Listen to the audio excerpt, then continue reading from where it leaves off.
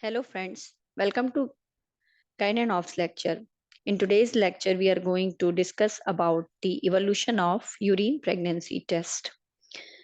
So as we all know that pregnancy को test करना is very simple. Just by taking the urine sample, we can test the pregnancy quickly as well as accurately.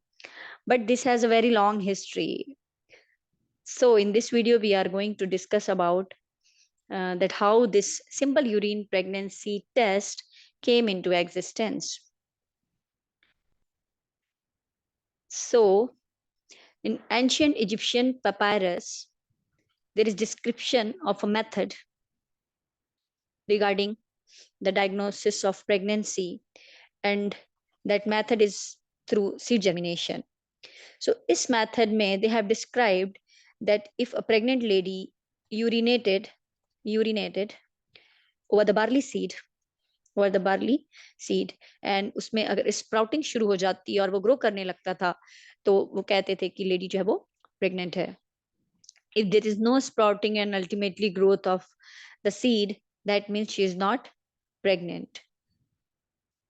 So this was the earliest method described in the earliest medical literature or oldest medical literature, we can say.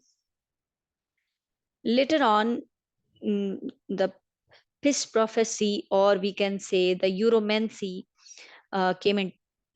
Uromancy uh, has been described and mentioned in the literature. So his prophecy or uromancy का मतलब होता है कि just by seeing the urine जो है वो future या Fortune को बता दिया जाए. तो यूरिन में कुछ चेंजेस देखते हुए अगर बता दिया जाए कि whether she is going to give a baby in future और नॉट, तो बेस्ड ऑन दैट इन मेथड्स को जो है वो हिज प्रोफेसी और यूरोमेंसी जो है वो कहा गया. सो इसमें जो है सबसे ज्यादा जो डिस्क्रिप्शन दिया हुआ है वो फिजिकल अपीयरेंस ऑफ यूरिन. तो जो भी रिनोन्ड फिजिशियंस थे उन्होंने मेंशन किया है कि जो प्रेग्नेंट लेडी का यूरिन होता है that is a little bit different from non pregnant urine. और उसकी जो उन्होंने कैरेक्टरिस्टिक्स जो बताई हैं वो ये है कि उसका जो कलर होता है प्रेग्नेंट लेडी के यूरिन का that is pale yellow and it is somewhere towards of white colour.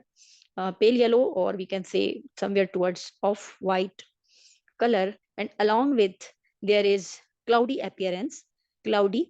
appearance in the center or surface. So based on that जो है वो डिसाइड करते थे कि प्रेग्नेंट है या वो डायग्नोस करते थे कि प्रेग्नेंट लेडी का यूरिन है या नॉन प्रेग्नेंट लेडी का यूरिन है.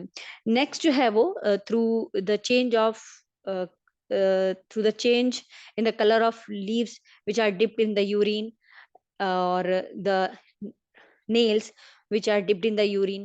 सो अगर जो लीव्स थे उनके कलर जो है वो स्पेसिफिकली चेंज हो जाते थे तो उसके बेसिस पे वो जो है वो डिसाइड करते थे या डायग्नोस करते थे कि जो लेडी है वो प्रेग्नेंट है या नहीं है.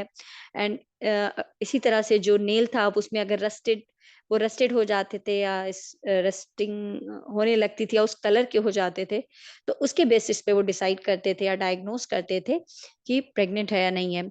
इसी तरह से जो एक और मेथड का डिस्क्रिप्शन मिलता है in the old literature, that is mixing of wine with the urine. Mixing of wine with urine means wine is nothing but alcohol, और alcohol को अगर हम प्रेग्नेंट लेडी के यूरिन से अगर मिक्स करते हैं तो देयर आर सर्टेन चेंज. तो इसको हम नाउ डेज इसको हम ऐसे कह सकते हैं कि जो वाइन में अल्कोहल होता है the it reacts with the hcg hormone, that is nothing but protein. तो अल्कोहल जो प्रोटीन से रिएक्ट करके it gives certain change, it gives certain changes in the mixture or urine. So based on that they used to decide.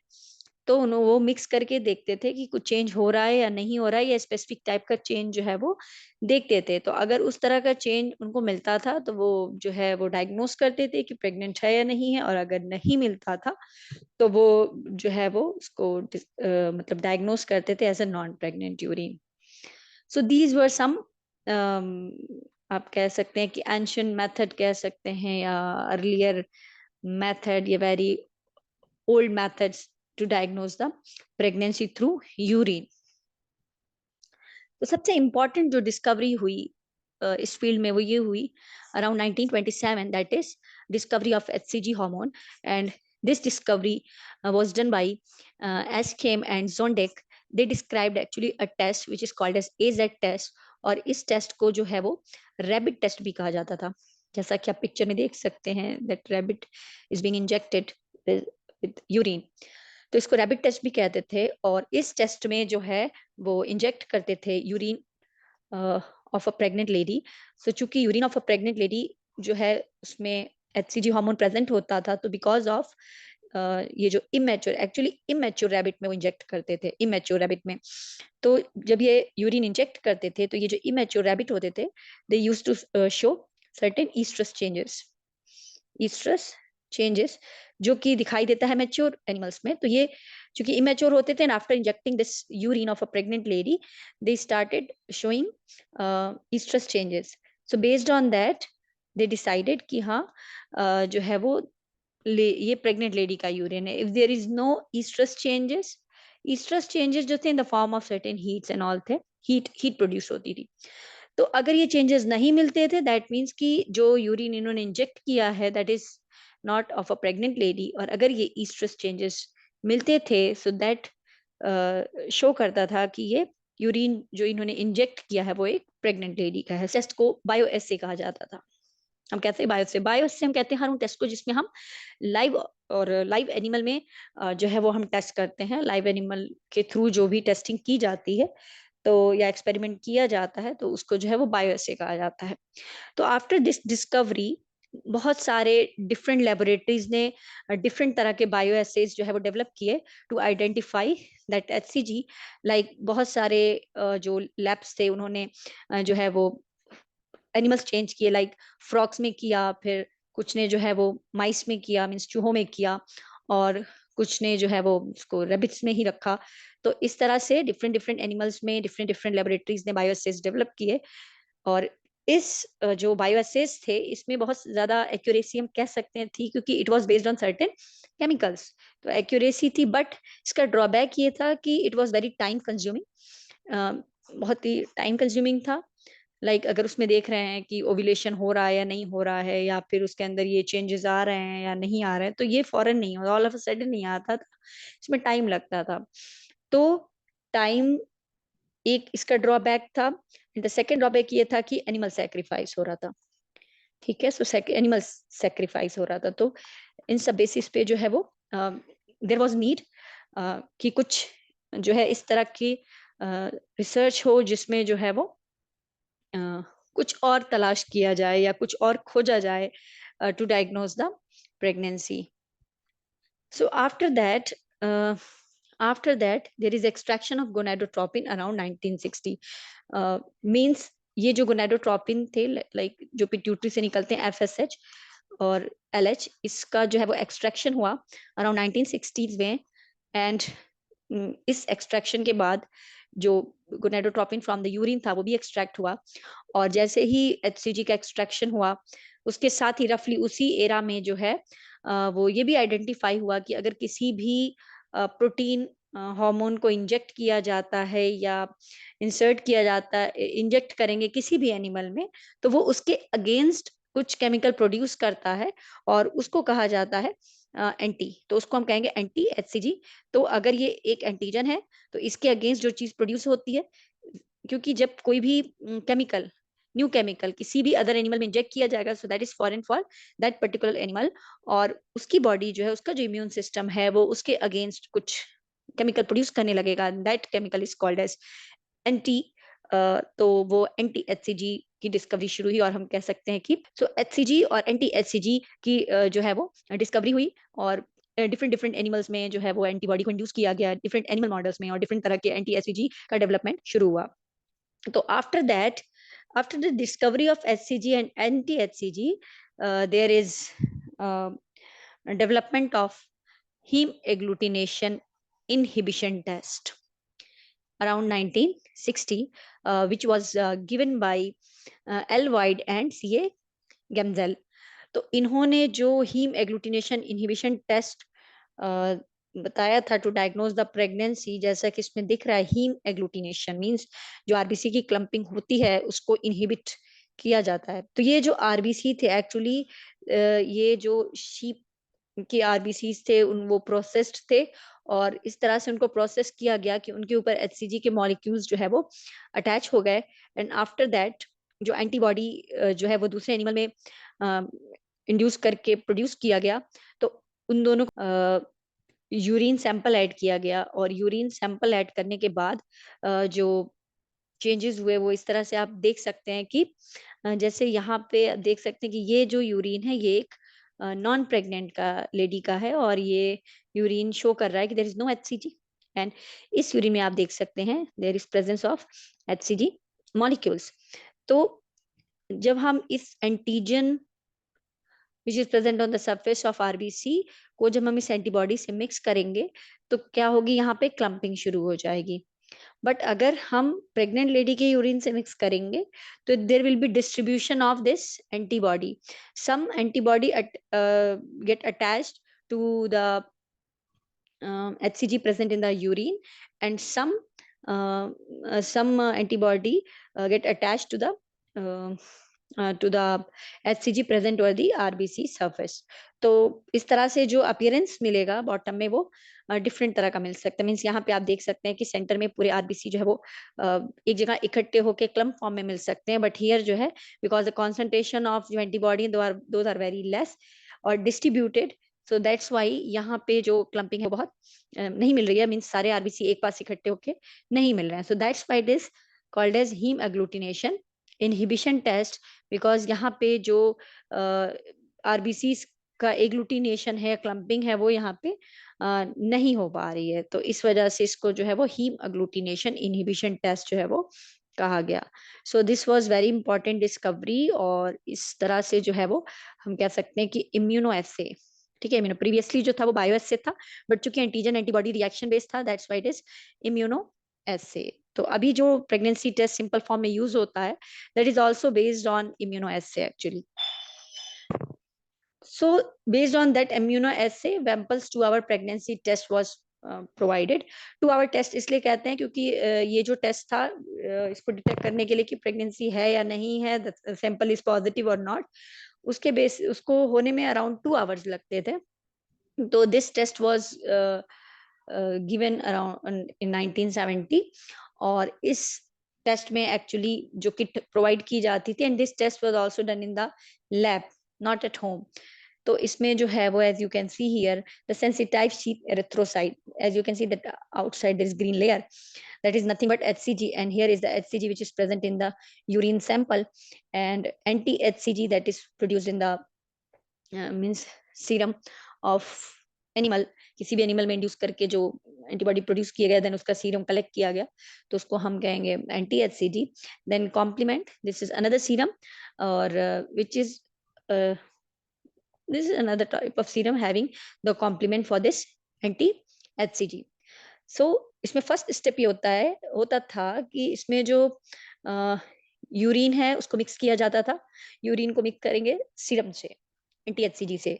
तो that means अगर वो lady pregnant है that means उसका जो यूरिन है उसमें एचसीजी प्रेजेंट है, तो उसमें जब हम एंटी एचसीजी सीरम ऐड करेंगे तो there will be complex formation, antigen antibody complex formation, और जब हम उसमें ये कॉम्प्लीमेंट ऐड करेंगे तो दिस कॉम्प्लीमेंट जो है वो सारे जो कॉम्प्लेक्सेस हैं उनको इकट्ठा कर लेगा और एक मीन्स उसको क्लम्प कर लेगा। Like after that in the second step once we'll add the RBC having this HCG, so चूंकि कोई भी एंटीबॉडी फ्री नहीं है, सो यहाँ पे कोई भी क्लम्पिंग नहीं होगी, कोई भी एंटीजन एंटीबॉडी रिएक्शन आरबीसी के सरफेस पे नहीं होगा, so that's why there will be no lysis of the RBC. So this indicate positive test. And then negative test, अगर मान लीजिए there is no HCG in the urine, so जब उसमें serum add करेंगे and then complement serum add किया गया and then serum add किया गया तो कोई भी एंटीजन नहीं है, ऑल आर एंटीबॉडीज। उसके बाद जब इसमें sensitised RBC having the HCG on surface, जब उसको ऐड किया गया तो there is antigen antibody reaction, and antigen antibody reaction होने के बाद RBC का जो है वो lysis शुरू हो गई, और we can say the breakdown शुरू हो गया. तो ये टेस्ट डेवलप किया गया, और based on that this means immunoassay which we discussed in the previous slide. So this was the VAMPOLS to our pregnancy test. So this is nothing but heme agglutination inhibition test.